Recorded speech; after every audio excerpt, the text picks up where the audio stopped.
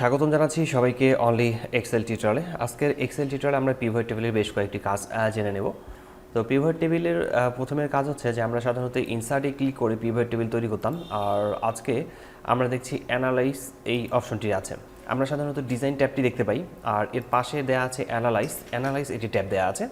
আমাদের কাজ হচ্ছে এই অ্যানালাইজ থেকে আমরা মূলত এই ডেটা শিটটাকে, এই পিভট টেবিলটাকে কীভাবে অ্যানালাইজ করতে পারি।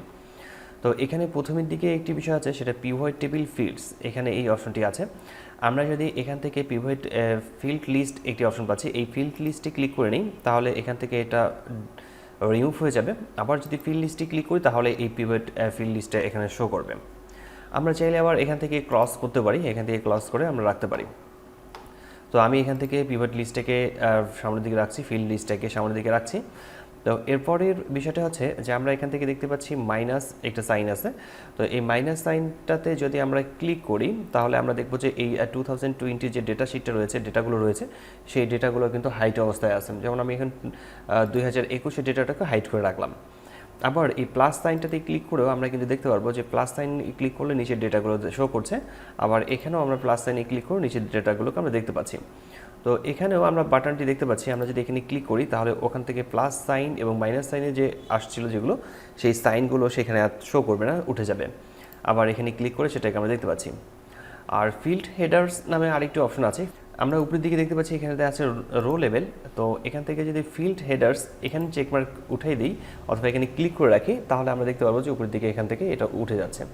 আবার যদি আমরা এখানে ক্লিক করি তাহলে আমাদের এখানে রো লেভেলটাকে আমরা দেখতে পারবো যে শো করছে।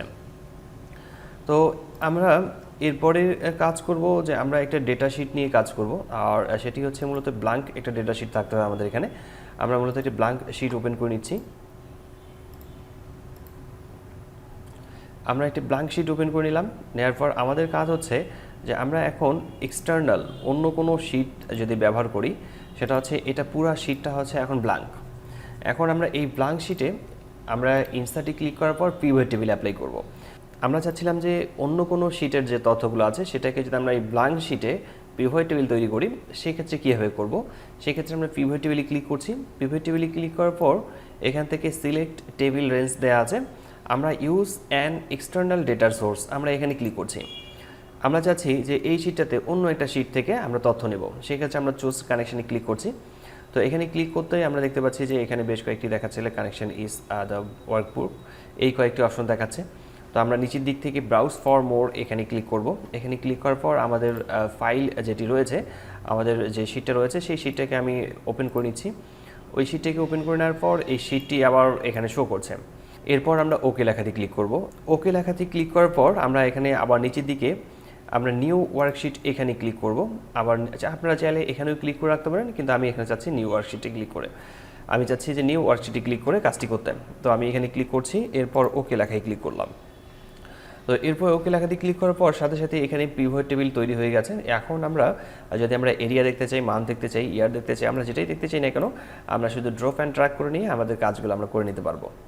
তো এখান থেকে আমি মান্থ নিচ্ছি এখানে নিচের দিকে। তো এখানে খুব সহজেই আমরা মূলত একটা পিভট টেবিল তৈরি করলাম, সেটা হচ্ছে এক্সটার্নাল সোর্স ব্যবহার করে।